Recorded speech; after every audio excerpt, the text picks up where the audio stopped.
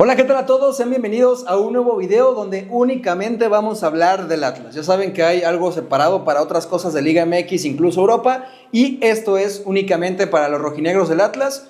Saludarlos con mucho gusto, soy Manu Villaseñor, invitarlos también a que se suscriban al canal. Si les ha gustado el contenido que hemos estado desarrollando, el día de hoy no nos acompaña Pato, pero está mi querido Alfredo López. Y la temática rápido, porque aquí están viendo la tableta, así que sí, va a haber análisis táctico. Vamos a hablar primero de los rumores que han estado alrededor del rojinegro, hablando de Ferraréis, de Parra, surgió también rumor de un posible portero, la salida de Pepe Hernández, más cositas que se han movido, no hay nada concreto, pero sí podemos hablar de los escenarios supuestos, cómo encaja Ferraréis, dónde podría jugar Daniel Parra y que podrían aumentarle de valor al rojinegro. Después hablaremos, porque los dos son carrileros, de qué función, y para eso está la tableta, tiene que cumplir el carrilero izquierdo, en específicamente Atlas, con Gonzalo Pineda, y qué es lo que tiene que hacer el carril derecho. Así que todo esto y mucho más, pónganse cómodos, y como decía Rafa Puente, abróchense los cinturones. ¿Cómo estás, Alfredo? Todo bien, Manu, ya listo para hablar de esto. Tengo la duda si a la gente le latió lo de la tabla, ¿no te fijaste? O sea, ¿no viste más likes o comentarios o algo así? No he visto, pero mira, que justo es un buen punto, como va arrancando el video, espero que todavía sigan viéndolo. Que nos cuenten, ¿no? Si les gusta la sección con la tableta táctica, con la pizarra, si la duración también de la parte de la tableta les gusta, si los temas que explicamos en la tableta también son de su agrado, o si prefieren que sea más conversacional. O sea, estamos en un punto en el que ustedes pueden decidir qué es lo que prefieren, incluso qué dosis quieren de cada cosa. Y que la gente nos diga, ¿no? Que la gente nos vaya contando qué les late. Hay que nos platiquen. También luego, no mames, de que el otro día el vato que decía que me parecía un vato, no mames. Ah, sí, se pasó, ¿eh? Sí. Pinche estilo perro tengo, güey, ese vato. Nomás porque trae lentes, güey. No mames, pinche cortecito mamalón trae, güey. Yo pedí que pusieran el perfil, genuinamente tenía curiosidad. Ya cuando lo vi dije, yo creo que ya mejor no respondo. Es que, ¿qué respondo? Voy a quedar mal allá, voy a quedar mal acá. Dije, mejor yo ya no respondo, yo ya no me meto. Pero justamente vamos entrando en calor. Sé que a la gente algo que les gusta mucho y creo que tiene mucho que ver con la cultura atlista son los rumores. Uh-huh. Es una época que incluso en las épocas más pobres de este Atlas, y creo que no estamos tan lejanos hoy, se disfrutaba mucho porque llenaba la ilusión. Más allá de que muchos nombres, yo recuerdo mucho a Dairo Moreno, que estuvo en radar, Benedetto incluso de Atlas, jugador que brillaba en Xolos. Parecía que en apariencia podía llegar a Atlas. Después no pasaba nada, ¿no? El de Monterrey, ¿cómo se llama? ¿Pavón? Dorlan. Dorlan, qué jugadorazo, y cuánto tiempo no se escuchó, ¿no? Sí, a ver, el otro día le dije a Neto Bicampeón que nos había sugerido un tema que nos gustó y lo desarrollamos, y le dije que iba a contar una anécdota. La voy a tirar acá. Resulta que cuando Atlas y la Volpe trabajaban juntos, bueno, cuando la Volpe trabajaba en Atlas, buscaba un delantero. Fue a Uruguay a buscar precisamente un delantero. O sea, él buscaba un punta, porque Misionero no era un punta, no era un 9 de área, era alguien más que podía salirse de la zona. Es más, punta, ¿no? Si podemos de una vez hablar acá. A la Volpe le gustaba, bueno, enfrentando líneas de 4, a la Volpe le gustaba, los jugadores que usaba adelante era un 9 que tuviera, digamos, referencia a los dos centrales, y el otro punta que usa, él siempre dice que lo quiere entre el lateral y el central. Entonces, hacía falta porque teníamos Osorno. Bueno, lo voy a cambiar por acá, porque es el izquierdo, ¿no? Entonces, hacía falta Fue a Uruguay a buscar a un 9 y vio a Vicente Sánchez, que no era precisamente un 9, pero lo vio y dijo, oye, ese me sirve, o sea, ese es un jugadorazo. Entonces, dice que en la junta estaba Pasarela, que me parece que andaba en Nacional, y le dijo, oigan, ¿y ese Vicente qué onda? Y dijo, no, ese es un jugador de equipo chico, güey, ¿para qué lo quieres? No, a ese lo quiero. Entonces, ¿cuánto? No, pues tanto. Cabrón, no me vaya a cambiar el monto porque ya los conozco. No, sí, tanto. Viene y le dice a la directiva, oigan, quiero a ese güey. No, ya pregunté cuánto cuesta, bla, bla, bla.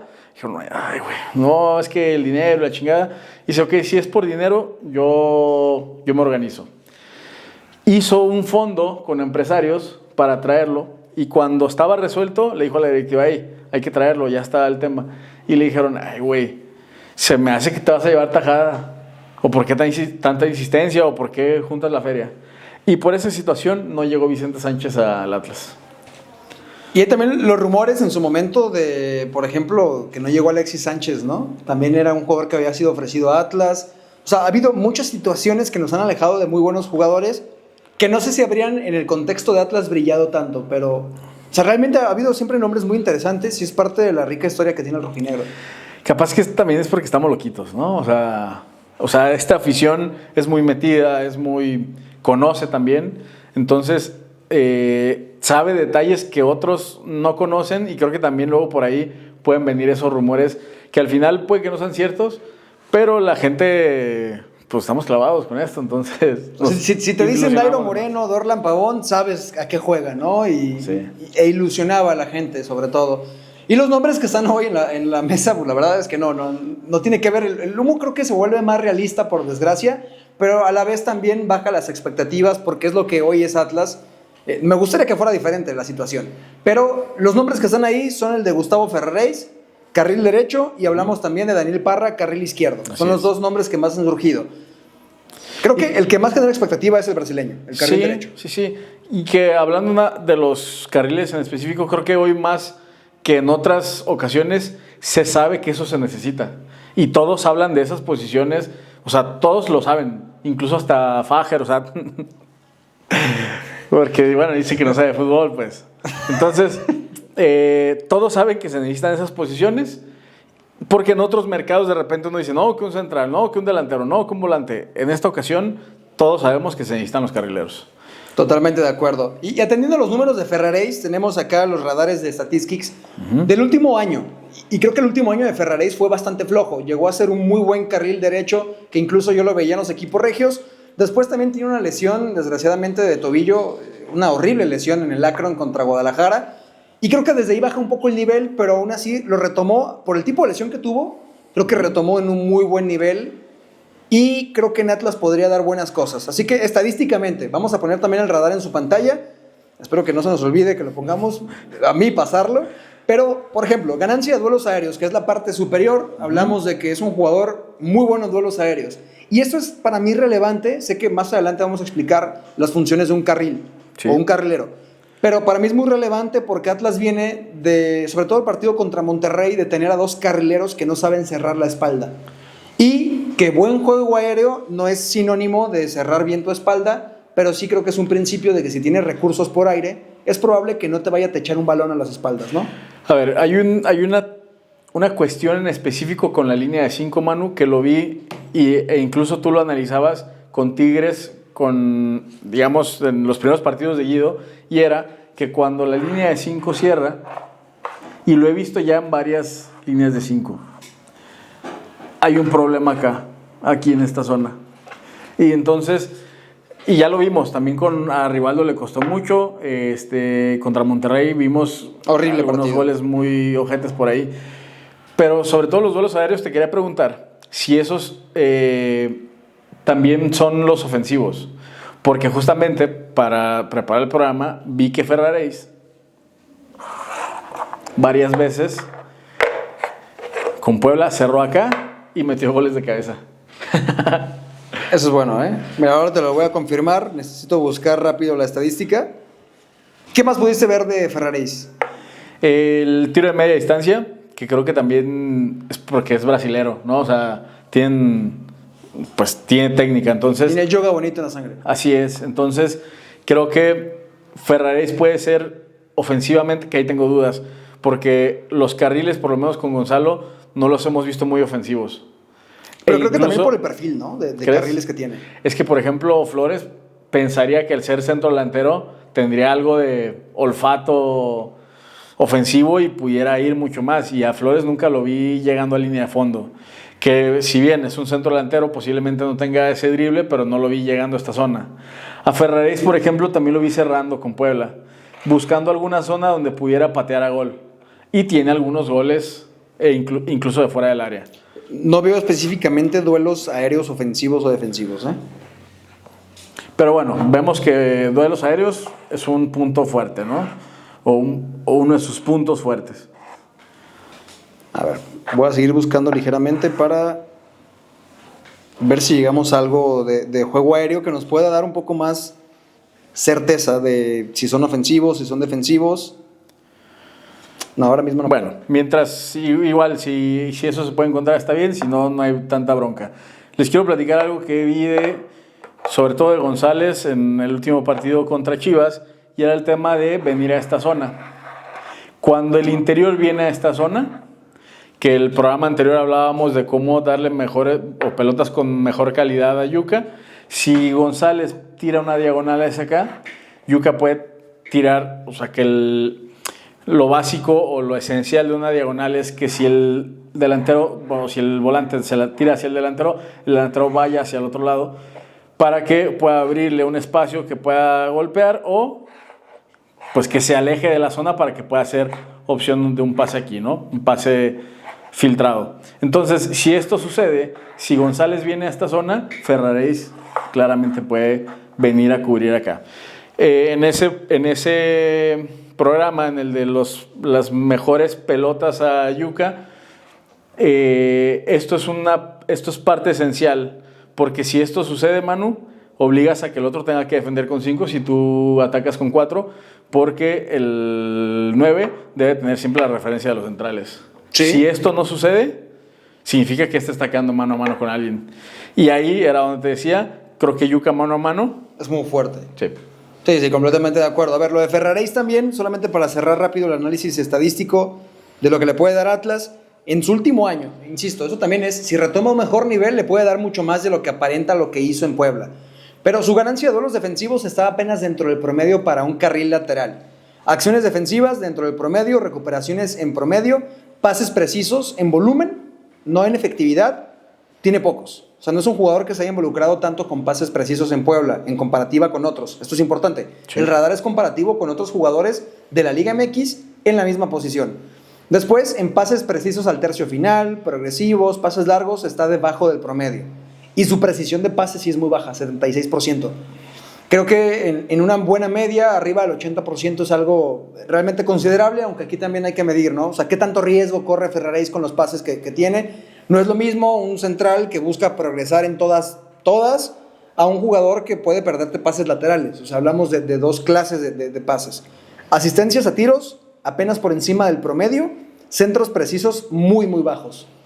Atlas no es un equipo para jugar a centros. No. Así que esto se vuelve irrelevante en cierto sentido, ¿no?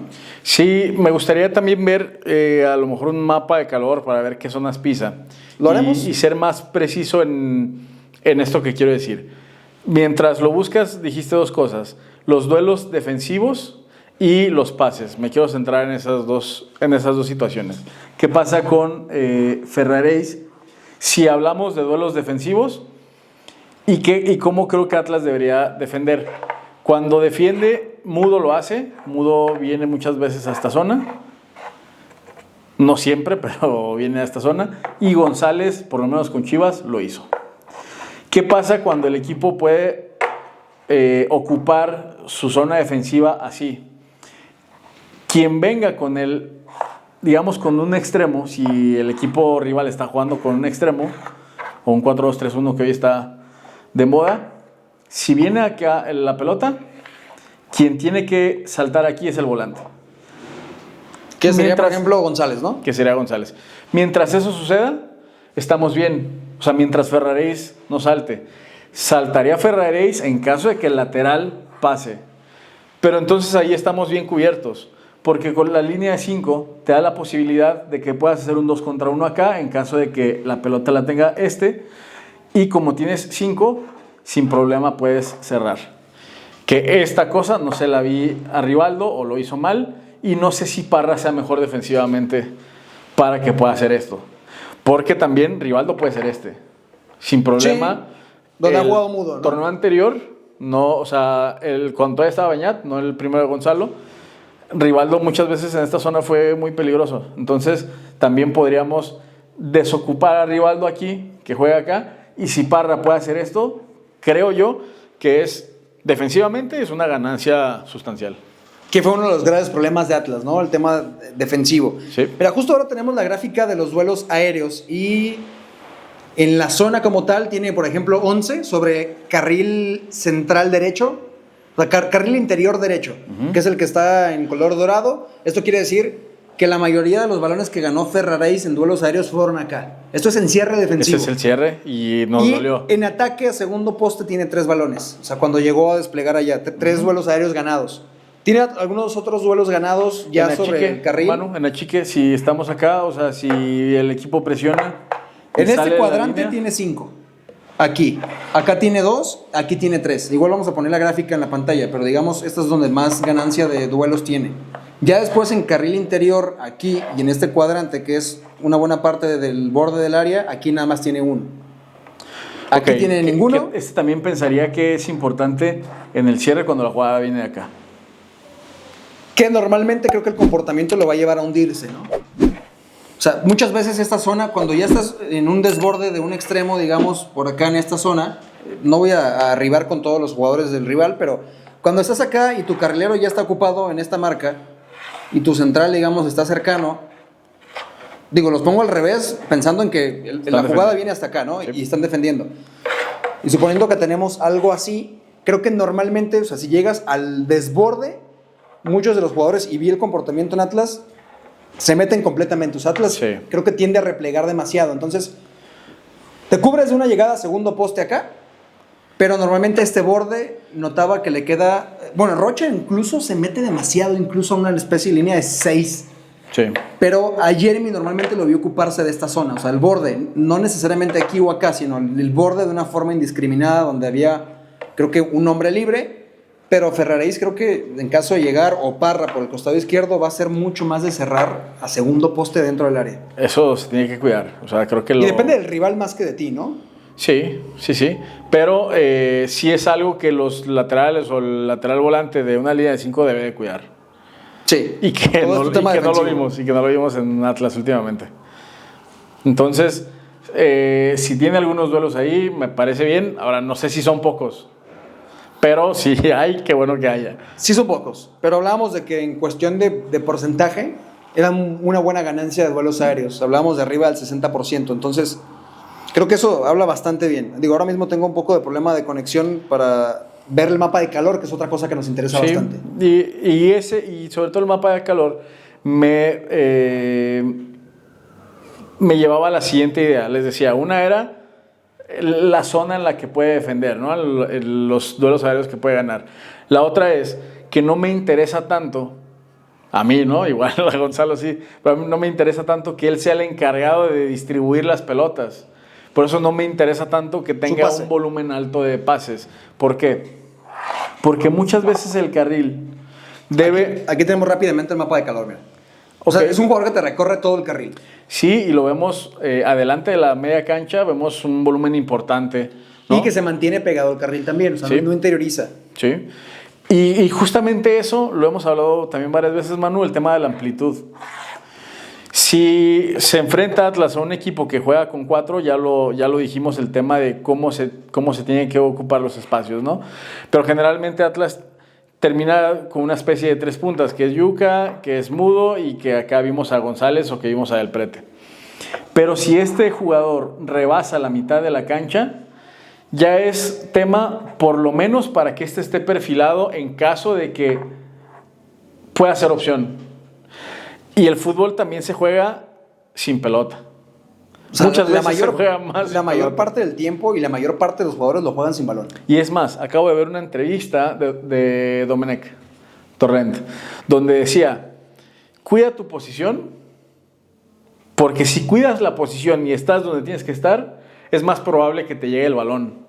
Si te alejas de la zona, si te desesperas, si pierdes la paciencia, es menos probable que encuentres el balón. Si estás en donde tienes que estar, te va a llegar. Porque vas a ser una opción. Si Atlas, por ejemplo, se llega a cerrar, digamos, la evolución de la jugada por este lado, puedes dar la vuelta. Y si este siempre se mantiene abierto, que es una característica que vimos de Ferraréis, siempre está abierto, siempre va a ser una opción. Además, aunque no sea opción de pase, el simple hecho de estar acá le genera una duda a este. Sobre si saltar o no. Y además, si acá se puede ganar un mano a mano, todavía peor, porque supongamos que este gana el mano a mano y llega con ventaja, pues entonces estos cierran Se recorren, justo como dices, y entonces este va a decir, cabrón, ¿qué hago? No, e incluso lo más probable es que al tener que ir a cerrarlo a él, vamos a encontrar esto. Sí, claro. Un cierre a segundo poste completamente solo. Sí, entonces el volante tiene que venir. Y para que esto suceda, entonces significa que el volante dejó algo desocupado acá. Y tu volante tiene que ir a ocupar el espacio. Claro, entonces esa característica de Ferraréis me agrada. No sé si al final de cuentas sí vaya a llegar Ferraréis, pero sí destaco eso que comentaba justamente Torrent. Las posiciones. Tienen que cuidar sus posiciones los jugadores y es más probable que encuentren balón así. Algo que también para mí sería importante y no es muy alto en conducciones progresivas. O sea, yo creo que el carril, además de mantener amplitud y poder dar profundidad sin balón, a mí sí me preocupa lo que pueda hacer con el balón para progresar. O sea, yo te decía también en el episodio donde jugamos a ser los scouts de Atlas, para mí es importante que o progrese mediante pase o progrese mediante conducción. Y creo que en el sistema de Gonzalo es mejor hacerlo mediante conducción. Porque normalmente este no es el que se llena de balón. O sea, puede involucrar un poco en su papel en la salida, no en una zona baja, sino en una zona media. Normalmente el carril va a ocupar una zona media, pero a partir de ahí sí puedes llevar el balón, ¿no? E incluso, más bien, si la jugada está por acá y sobre todo en un tema de transición. O sea, Atlas es un equipo poco dinámico para hacer una transición. Justo ahora que tenemos esta disposición, suponiendo que este vuelve a ser Ferraréis, vamos a poner aquí que este es un volante. Si acá se produce una recuperación, por ejemplo, de Doria y va con Rivaldo directamente, entiendo que no le estamos poniendo oposición, ¿no? Y Ferraréis tiene la capacidad de desplegar inmediatamente. Acá es donde yo creo que lo pueden encontrar en cambios de juego, porque creo que es algo que Atlas no explotó tanto, el cambio de juego para el hombre libre que normalmente está en la banda opuesta. Solamente que creo que hay, por lo menos a mí, en mi forma de entender el fútbol, hay algo ahí que no me gusta, Manu. A mí no me gusta que los dos laterales rebasen, o sea, que si el lateral, este lateral tiene la pelota, no me gusta que el otro rebase la línea del balón. Pero en línea de 5 tampoco. En línea de 5 tampoco. Porque también creo que es un comportamiento básico que si uno sale, entonces se genera la línea de 4 cuando uno sale. Y que este pueda llegar a una posición de opción de pase, como lo estábamos viendo hace un momento, cuando la jugada lo requiera. Y ahí sí digamos, un cambio de juego cuando este ya esté posicionado. Pero si, suponiendo que en el pase hay una pérdida o incluso en una transición con balón conducido hay una pérdida y aquel está delante de la línea del balón, pelamos. Sí, ya quedó fuera. Le pasa, por ejemplo, a Joaquín. Sé que no es carrilero, era central incluso, ¿no? Pero le pasa contra Toluca en uno de los goles de Vega. Pero yo lo que sí diría es, o sea, tienes línea de 5 y, por ejemplo, que no es recurrente, pero ocurre en muchas situaciones que Cruz Azul, por ejemplo, y Necaxa también sí proyectan a los dos carrileros al mismo tiempo para rebasar incluso la mitad de la cancha. Y hay muchas conexiones de lado a lado. Por ejemplo, Rotondi y Jorge Sánchez. O sea, es algo que es recurrente en Cruz Azul y que muchos equipos... O sea, yo considero, desde mi forma, que cerrar la cancha con 3 en línea de fondo es suficiente. Entiendo que Atlas no es un equipo tan fuerte o tan dominante para hacerlo y que no tienes perfiles para jugar con tantos espacios. Sí. Pero considero que 3 o incluso 3+1, que normalmente va a ser Rocha, puede llegar a ser suficiente si estos hacen la chamba bien de ir a cerrar la banda. Sí, claro. Bueno, aquí ya estamos viendo otra situación. Aquí ya estamos viendo el equipo más adelantado. Y esto también implica, y te lo iba a decir por ejemplo de Cruz Azul, o lo podemos ver en el Inter, ¿sí? Implica una chique. Sí, de toda la línea defensiva. Ahí sí creo que entonces sí puede rebasar. Sí hay una chique. Pero en una jugada donde se pierda, bueno, donde se recupere el balón en esta zona y quien tenga que salir sea creo que se tiene que cerrar la línea de 4.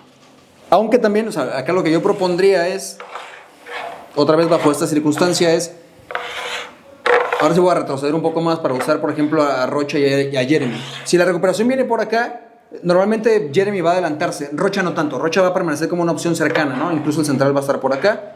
Algo que así a mí me podría gustar de Atlas y que creo que podría explotar por el perfil de Ferraréis sobre todo. Creo que depende del perfil. O sea, esto defendiendo con Leo Flores, defendiendo con Orrantia, creo que no se puede hacer. Pero con un Ferraréis que sí tiene más velocidad para proyectarse, el hecho de ir, creo que te puede ayudar que el propio Rocha pueda quedarse para cerrar línea de 4. Pero que sea el que te dé tanto amplitud como profundidad porque lo tiene. Porque de ahí en más, no tienes un comportamiento, por ejemplo, de Del Prete. Quizás González podría llegar a hacerlo. Para que Ferraréis no haga esto, González podría abrir un poco más y quedar en el espacio. Pero si tienes a Del Prete no va a pasar a la banda. y el único que te va a poder dar profundidad, porque creo que Atlas en transición por el medio es lento, pero si por las bandas incorporas a Ferraréis te puede dar mucha velocidad. Sí, ahora, estamos también hablando, bueno, tú dices, suponiendo una salida, ¿no? Una salida de Atlas. Ahí sí creo que hay otra... No, yo hablando de una recuperación rápida y contragolpe. Sí, no, en salida organizada creo que va a ser otra cosa diferente. Okay. Que igual en la... ¿Quieres que hablemos primero? Cuando llegamos al apartado de cómo tienen que comportarse los carriles, hablamos de la salida... Ok. Desde la portería. Entonces vamos rápidamente nada más para hablar de Parra, que es el que creo que conocemos menos. No sé cuánta gente ve la expansión. Pero... Que el otro día anotó un golazo, por cierto, de cabeza en semifinales. Yo, siendo sincero, no sigo Liga de Expansión. Por cierto, Parra, por ejemplo, tiene ya recorrido en Monterrey y en Necaxa, en primera. Sí, que eso puede llevarlo a ser un jugador un poquito interesante. Que cuando se hablaba del primer rumor, él estaba en Canadá, ¿no? Sí, en el Forge. Y sí, ya había sido considerado, por lo menos se había barajeado la posibilidad, no sé si en la directiva, pero por lo menos algunos reporteros habían señalado a Parra como una opción.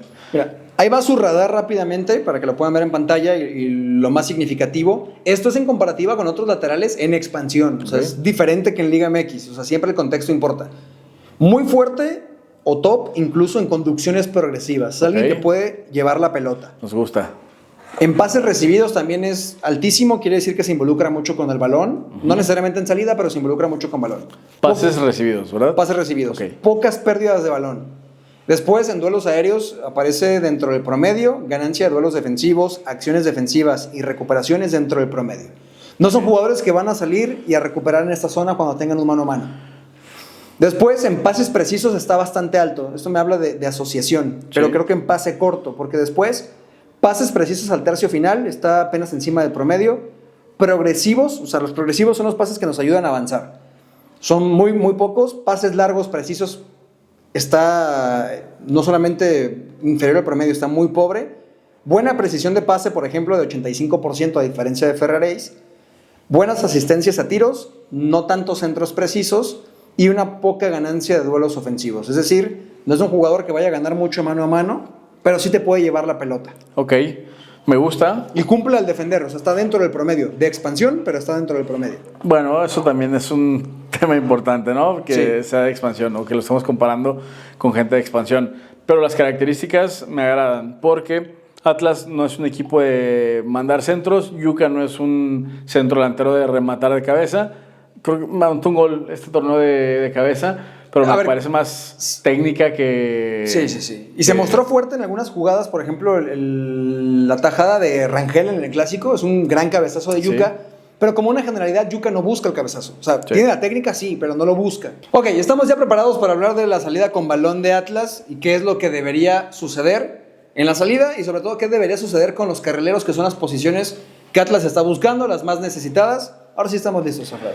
Listo, Manu. A ver, hablábamos de Parra y una de las características principales que eran pases recibidos. Hay algo que no he visto todavía en Atlas, pero creo que sí lo ha intentado Gonzalo porque incluso sé que lo ha platicado con la Volpe, ¿no? Entonces, es el comportamiento de los carriles cuando el equipo va a salir.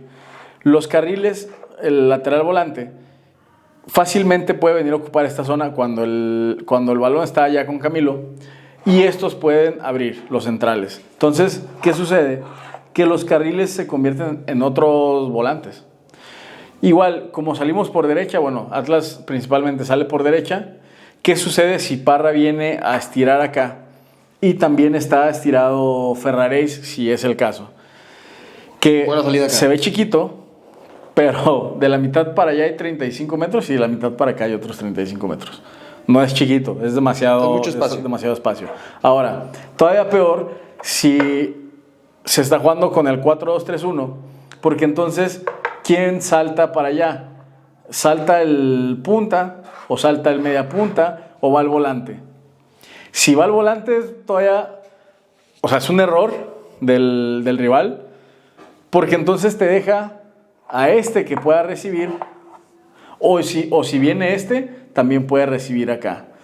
Y si esto sucede, que es en el caso de Ferraréis, vimos que no es no progresa tanto. Pero ¿qué pasa si es de este lado?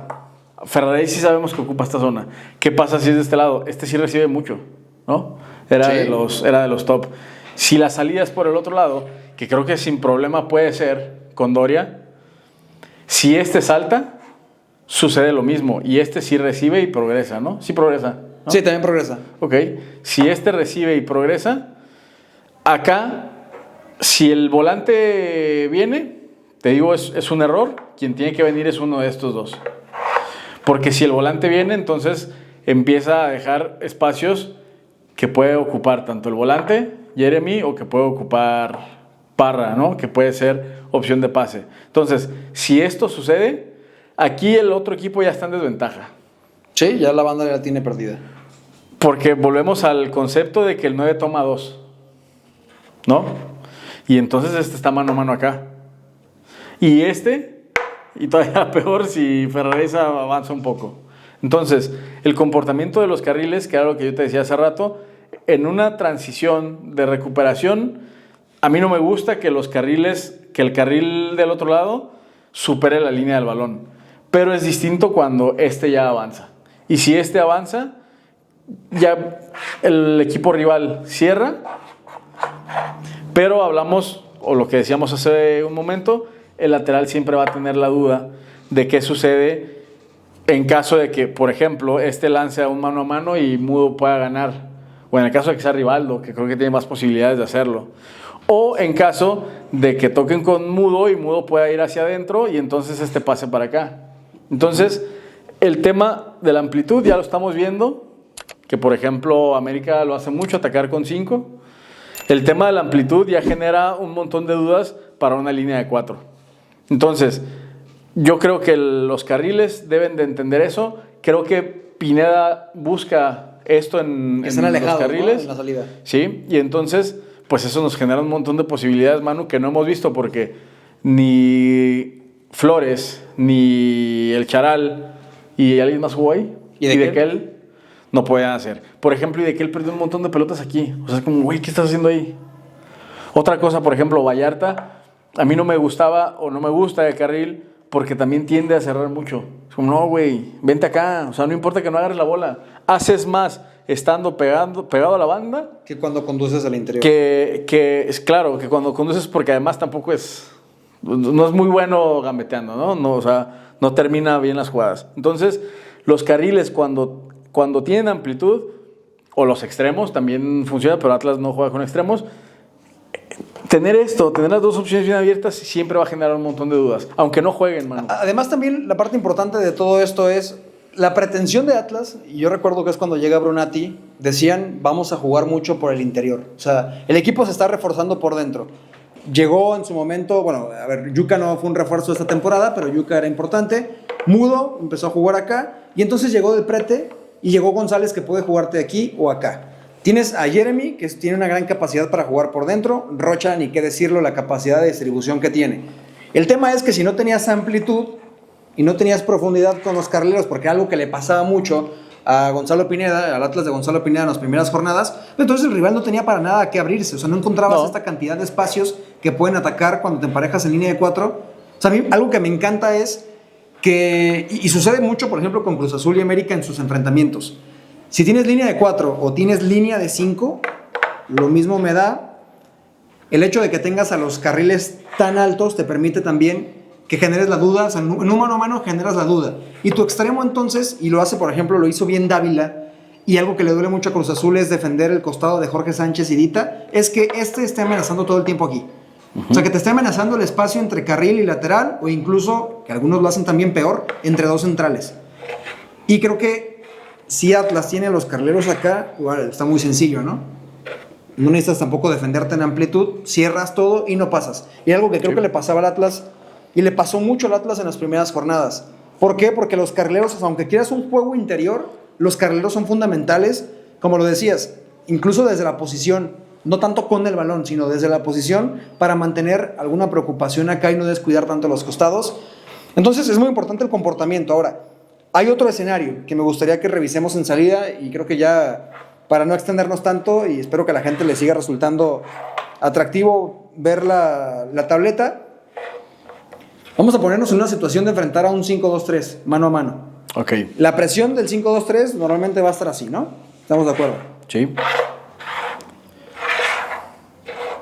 Bueno, igual quizás depende para dónde vamos a salir. Uno de los dos carriles rivales va a terminar cerrando, ¿no? Ligeramente, no va a abrir tanto. Estamos en esta presión mano a mano. Para mí, uno de los problemas que tenía sobre todo Atlas, en este caso, bueno, en los dos, pero se acentuó mucho porque también, por ejemplo, Puebla, que no debe ser un rival en la mente tan complicado, te presionó mano a mano y te complicó mucho aquí a Rivaldo, y creo que también es una característica que Atlas puede buscar. O sea, si este progresa y tiene velocidad, este puede ser más tocador, que es lo que parece en los perfiles de Ferraréis y de Parra. El tema es que también tiene que tener una gran capacidad para recibir de espaldas, porque Atlas no tenía en Rivaldo una capacidad para recibir de espaldas. Ese partido con Puebla, no conté las pérdidas, pero tuvo al menos 6 o 7 pérdidas, porque acá al recibir de espaldas, o al intentar combinar, o al intentar regresar, todo lo tenía tapado, entonces perdió el balón inmediatamente. Ya sea que Atlas tenga un mecanismo para no salir con pero me parece que si es por un tema de capacidad, tienes que buscar a alguien que lo pueda hacer, o que venga y reciba para que siempre esté de frente, ¿no? Okay. Eso es lo que empezó a hacer Atlas también. Ahí hay, bueno, yo veo dos situaciones, mano. La primera es que si esto no puede suceder, o sea, si no puede recibir un balón largo de Camilo, entonces, ¿cuál es la situación en la que le puedes ganar al rival con más gente? Superioridad numérica. Entonces, algo que hace Atlas también es que mete a los centrales al área, y entonces... Y incluso viene Rocha aquí, ¿no? Justo a eso iba. Que si viene para acá, ya lo vimos con Mudo, pueda venir Mudo acá, que por ejemplo lo vimos con Jiménez en la selección, hace rato que hablábamos. Sí. Que venía a volantear. Salir a recibir. Y ya vimos a Mudo haciendo esto. Entonces, ahí sí tienes un 3 contra 2 aquí. Entonces, no hace falta, como estos están abiertos con los carriles, ahí sí no hay forma como tape a los 3. Entonces, ahí sí creo que tiene que ser un tema de superioridad. E incluso, voy un poco más allá. ¿Te acuerdas que Stones hacía esto? Sí, y también, por ejemplo, no siempre en salida, pero es lo que hace Lira, ¿no? Sí. Adelantar al medio campo. Así es. Entonces, también te digo, aquí se ve chiquito, pero hay muchos metros que cubrir. Estamos de acuerdo en que la salida de saque de meta tiene que ser así, ¿no? Con 2 nada más. Sí. Aquí, dentro del área, para tener opción por cada lado. ¿Y qué pasaría si aún así va con un central, rompe contra el que se movió?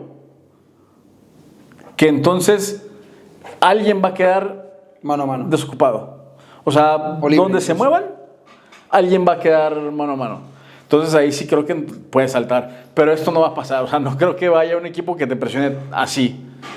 A ver, y luego también creo que, Gonzalo Pineda, y eso también creo que es importante entenderlo en este punto, ¿no? O sea, le gusta salir jugando porque sabe que saliendo jugando, sin reventar el balón, puedes generar superioridades. Puedes encontrar siempre un hombre libre. O sea, el principio de salir de esta forma es que siempre vas a encontrar, por ejemplo, acá tenemos un volante libre. Y se trata de ir a jugar con el hombre libre y de ocupar bien los espacios libres que también te va dejando el rival. O sea, ese es el principio de por qué sales jugando. Para ir avanzando con superioridad numérica, encontrar espacios, y entonces, mediante los espacios, puedes encontrar situaciones de peligro. Uh-huh. Y entendiendo todo esto, creo que la principal ocupación de Gonzalo en todo el semestre fue esa, ¿no? Cómo salir jugando, y creo que logró progresar mucho, sobre todo, y se notó ya el progreso jornada 1 a jornada 17 contra Guadalajara. Sí. Contra Guadalajara. Y sobre todo creo que el punto máximo fue contra la América. No la 17, no sé cuándo habrá sido la de la América, pero América presionó fuerte y Atlas pudo resolver para salir jugando y generó algunos manos a manos acá. Y también algo importante que para mí, que me resultaba desesperante de Atlas es, por ejemplo, ¿no? Sales a este lado todavía antes de que salte la presión. Vamos a suponer que seguimos emparejados acá y que tenemos a los 3 centrales acá. Y entonces vienen rápidamente a intentar taparte. Sales por la derecha y a obviamente, le cierran línea de pase. O sea, y estos dos ya están anulados porque ya te cerró línea de pase aquí. Que siguiera intentando, que intentara todavía salir jugando. Y que bajo esta situación Atlas fue aprendiendo, o sea, cuando ya no tenías línea de pase para regresar acá, para intentar tu salida limpia, está tapado, tus volantes incluso, ¿no? Pueden estar mano a mano, supongamos que Mudo no bajó a recibir. Que puedas entender que si tienes un mano a mano acá arriba, ya puedes reventar, no reventar, puedes salir largo. Sí. Y que Atlas lo fue entendiendo poco a poco. Hablábamos de que también en muchas situaciones, si los dos bajaban a recibir, te quedaba una situación incluso mano a mano, ¿no? Para Yuka, que muchas veces iba a intentar atacar una de las bandas y que Atlas jugó mucho para esto. Pero mi punto es, no es porque en esta posición vaya Ríos. Me refiero Doria, Ríos, incluso si el balón le queda al carril. Mi punto, si la salida con balón ya no se prestó limpia como la planeó o la trabajó Atlas, entonces viene el mecanismo de juego largo. Tienes que sacar la pelota como de lugar para no tener una pérdida aquí cuando el equipo todavía se encuentra organizado en salida, que creo que es el momento de juego más peligroso para que pierdas un balón. Sí. Cuando estás en salida, cuando tus carriles están en amplitud y no pueden involucrarse para regresar. O sea, creo que hay muchas situaciones que es importante que Atlas entienda que no siempre va a poder salir jugando por mejor que lo trabaje y que debe tener variantes y alternativas para dividir o para intentar buscar al espacio a Yuka. Que a final de cuentas un modelo que utilizó Chivas en el tiempo de... no me acuerdo quién era el director deportivo, pero decía, a ver, lo primero es, o sea, ¿a dónde queremos llegar? A la portería. ¿Cuál es la manera más fácil de llegar a la portería? O llegar más rápido a la portería, un balón largo. Entonces, a veces es opción. Miras primero lejos y si no hay opción, entonces sales. Pero si hay opción, hay que tirarla. Porque además, que lo decías tú el otro día en el programa que hablábamos de Yuka, pues este güey, aunque no quiera, va a tener que seguir yendo a pelear todas. Entonces, si sabes que es posible que lo gane, tíralo. Sí, hay que mandarlo. Entonces, ¿falta algo por explicar? No, me parece que no. Digo, ¿no? en futuros programas vamos a tener un montón de cosas que explicar, ¿no? Que es lo bonito de tener la pizarra acá. Y también, bueno, ¿por qué no hacer la dinámica? Los que continúen viendo el video en este punto, si hay algo que en específico les gustaría que pudiéramos explicar con la pizarra del Atlas de Gonzalo Pineda, es un buen momento para hacerlo, dejarlo en los comentarios y con mucho gusto lo vamos a tomar para el siguiente video, para el siguiente programa de La Contra, hablando del rojinegro, y que puedan ir entendiendo, o sea, qué es lo que hace bien Atlas, qué es lo que hacía mal también y qué debe corregir. Creo que hablamos mucho también ya de la salida y el partido contra Necaxa en su momento, y bueno, de eso se trata el ejercicio. Finalmente, y solamente para mencionarlo porque estaba en el guión y no quiero que nos lo saltemos porque me parece un tema muy interesante, Atlas va a poder reducir, o sea, con el mismo modelo de juego y la misma filosofía de juego, pero con diferentes carriles, que no sé qué tanto puedan incidir o no, ¿va a poder reducir la cantidad de goles que recibió? Ay, güey, la verdad no sé, mano. A ver, me queda claro que por lo menos estadísticamente Parra puede ser mejor defensor que Rivaldo. Y que Ferraris va a cerrar mejor el segundo poste que cualquier carrilero que tenía. Puede cerrarlo mejor, pero además creo que también es importante el comportamiento de los volantes. O sea, tienen que venir. O sea, si tienes Mudo y tienes Diego González, sabes que cierra 5-4-1. Y además, porque, a ver, lo vemos con el tricampeón hasta este momento, posible tetracampeón, lo hace. Lo hace Fidalgo, lo hace Cendejas, claro. Lo hace Dávila. Pero no me puedes decir que cuando tiene el 10 en la espalda, cuando es Gustavo del Prete, no puede bajar a hacer esta labor. O sea, esto de no venir acá, porque se lo digo muchas veces, esto no es porque eres un jugador diferente, esto es una huevonada. Sí. El no venir acá. Y es algo que entonces, si Gustavo del Prete en fase defensiva no te cierra como un cuarto volante a la banda, no te sirve para jugar.